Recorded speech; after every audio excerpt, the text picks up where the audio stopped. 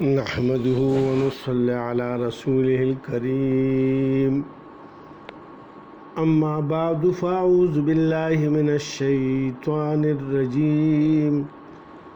بسم الله الرحمن الرحيم الحمد لله رب العالمين الرحمن الرحيم مالك يوم الدين إياك نعبد وإياك نستعين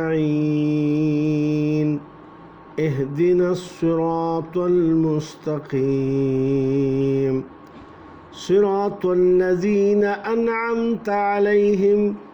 غير المغضوب عليهم ولا الضالين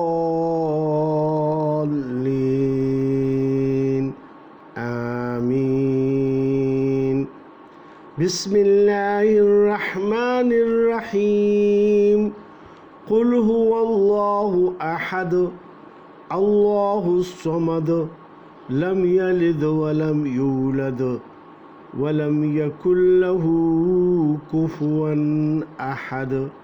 صدق الله العظيم.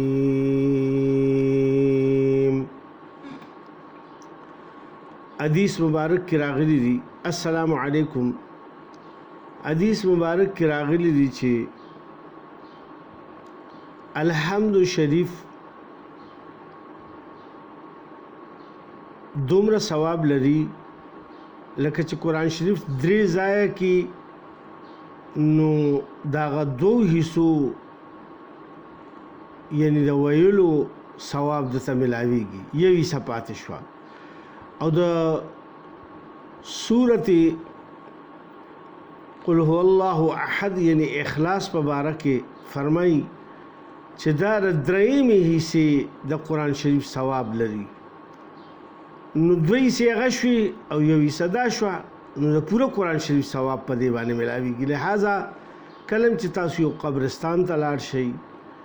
یا یو نو دا سبق تقریبا ټولو لورځي د خپل والدینو پر روح باندې وبخښئ خپل دغه بل په دې کې د الله تعریف شوی دی، د الله نه مدد غوښتل شوی دی، د الله نه هدایت غوښتل شوی دی او د ګمراهۍ نه د بچ کېدو غوښتنه شوې ده او د خو خلکو په لار باندې چلیدو غوښتنه شوې ده. او په سوره اخلاص کې دا خو په الحمد شریف یعنی په سوره فاتحه کې دا بیان متاسو مختصرا او په سوره اخلاص کې د الله وحدانیت بیان شوی دی چې الله بالکل یو دی، هیڅوک ورسره شریک نشته او بے نیاز دی، د هر یو څیز نه د چا د مدد ورته ضرورت نشته او نه د هغه نه څوک پیدا دي او نه هغه د چا نه پیدا دی او نه څوک همسر او برابرۍ والا شته، د هغه برابر هیڅوک نشته. نو د هر قسم د شرکونو نفي ده په دې کې، کوم شرکونه چې په دنیا کې کیږي د هغه ټولو نفي په دې کې ده. اوس مونږ چې کوم دا علم حاصلو د علم نن 4 نمبر سبق بنن ان شاء الله وایو نو دا مونږ سره لپاره حاصلو زموږ مقصد دا چې د الله علم حاصل کو او بیا د دې علم پرانا کې په خپلم ژوندۍ تیرو او نور خلکو تم دار رسو او بل علم حاصلول او پای باندې عمل کول. علم د سره لپاره موږ حاصلو یعنی علم ستوي یعنی موږ چې د الله په کلام باندې پیښو د محمد صلی الله علیه وسلم په احادیث باندې پیښو او دا غي سناس حصہ زمون دل او دماغ ته یعنی زړه او دماغ ته منتقل شي راشي او پای کې سیف شي پای کې محفوظ شي نو دا بیا موږ عملی طور باندې هم په دې باندې عمل کوو نور خلکو ته هم رسو په دې نیت سره ان شاء الله علم حاصلو. نن به موږ د فعل ماضی مطلق مجهول صيغه بیانو د دې نه مخکې مونږ بحث اثبات فعل ماضي مطلق چې کوم کړو هغه معروف ضربا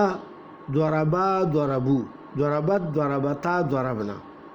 ضربتا ضربتما ضربتم ضربتي ضربتما ضربتن ضربتو ضربنا دا ټول سوال لسیږي شوي اوس په د دې نه به اوس مجهول څنګه جوړو مجهول یو خدای چې لکه پای کې دا معنی را ضربا هغه یو سړی وهل وکړو هغه والو او بیا چې کله ماضی مجهول شي دا معروف شو او چې کله دې ماضی مجهول جوړو نو دا به شي بیا ضربا هغه یو سړی وهل شو نو دا مجهول شو اوس مجهول به مونږه جوړو څنګه د دې طریقه دا ده ماضی مجهول د جوړولو طریقه یعنی لومبه چې کومه کلمه را ضربا یعنی دې ته فا کلمه وایي کنه ځکه چې دا د فعلا په وزن باندې فعلا په وزن باندې ټول ټکی بیا باقاعده د دې دغه کیږي نو فا کلمه چې کوم ده نو په دې باندې ضمه یعنی پیش ولګو په عربی کې پیش تا ضمه وایي یا ضمه کنه او د اخر نه پړومبي یعنی مخکې ټکی باندې یعنی په منځني ټکی باندې عین کلمه چې ورته فعلا نو په دې کې منځني ټکی سره عین نو دغه عین باندې یعنی د اخر نه مخکینی کلمه چې کوم راځي نو هغه عین کلمه فعلا کې نو په هغې باندې کسره لګول کسره وایي زیر ته په عربی کې او زبر ته فتحه وایي دا وپېژنئ دا به یادوئ ښه ضمه یا ضمه چې کوم ده نو دا پیش ته وایي فتحه زیر ته وایي او کسره زیر ته وایي نو دا یاد کړئ بیا ماضی مجهول چې جوړو نو په ړومبۍ کلمه یعنی اوس ضربه دی نو دوه زبر به ختم شي یعنی ضمه به ختم شي او په دې باندې به څه ولګي ضمه به پرې ولګي او فتحه به ختمه شي د دې نه یعنی په دې باندې زبر دی که نه دوه زبر دوه نو دا به دوه پیش دو شي دو او بیا دا ورپسې ری چې کوم ده نو دا د اخر د ما قبل ده یعنی د با نه دا مخکې را لہذا په دې باندې به چې کوم دی نو کسره ولګي زیر به ولګي نو دا به شي دو ری او با به په خپل حالت باندې وي نو دا اوس ضربه نه څه شو دو ری با نو دا ماضي مجهول شو ماضي مجهول دا چې مخکې خو هغه سړي وهل کول او بیا وهل خوړل ضربه هغه سړي وهل وکړو وی وهلو څوک ضربه هغه سړی ووهلی شو د دې دا معنی شوه اوس د دې په وزن باندې به اوس یو څو ګردانونه دي دا مونږ کوو د ضربه نه به ضربه جوړ شي د سمعه نه به سمعه جوړ شي د فتحه نه به فتحه جوړ شي د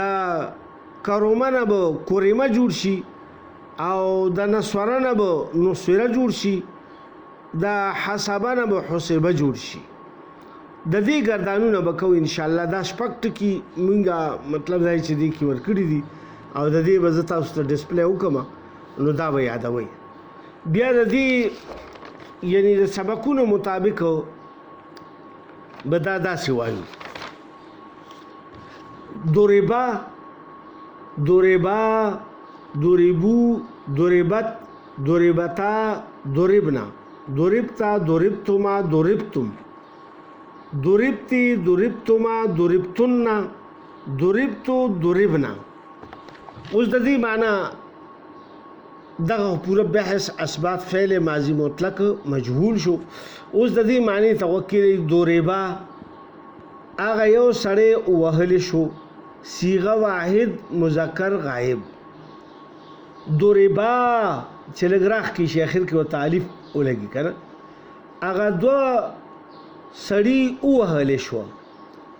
صیغه تثنیه مذکر غایب تثنیه وایي دوو ته دوه کسان ووهلی شو ما خو تاسو ته مخکې ویلو چې په عربۍ کې د دوو دپاره یعنی د جمع لفظ نه راځي د دې لپاره ځان ته ټکې دی هغه دی دوربا لږ لږ بیا راکاږو بیا دریم ټکی دی دوریبو هغه ټول سړي ووهلی شوه دا صیغه جمع مذکر غایب شوه اوس دا د غایب د سړي درې واړه صیغې ختم شي اوس د ښځې په باره کې چې کوم لکه هغه ښځه ووهلی شوه نو دا به څنګه وایو دوریبت نو دا صیغه شوه واحد مؤنث مذکر دوریبتا هغه دوه ښځې ووهلی شوي دا صیغه تثنیه مؤنث غایب ضربنا هغه ټولې ښځې ووهلی شوي صیغه جمع مؤنث غایب تر دې پورې خدا د غایب د یعنی د سړو د ښځو بیان شو اوس حاضر ته به راشو ضربتا تا یو سړی ووهلو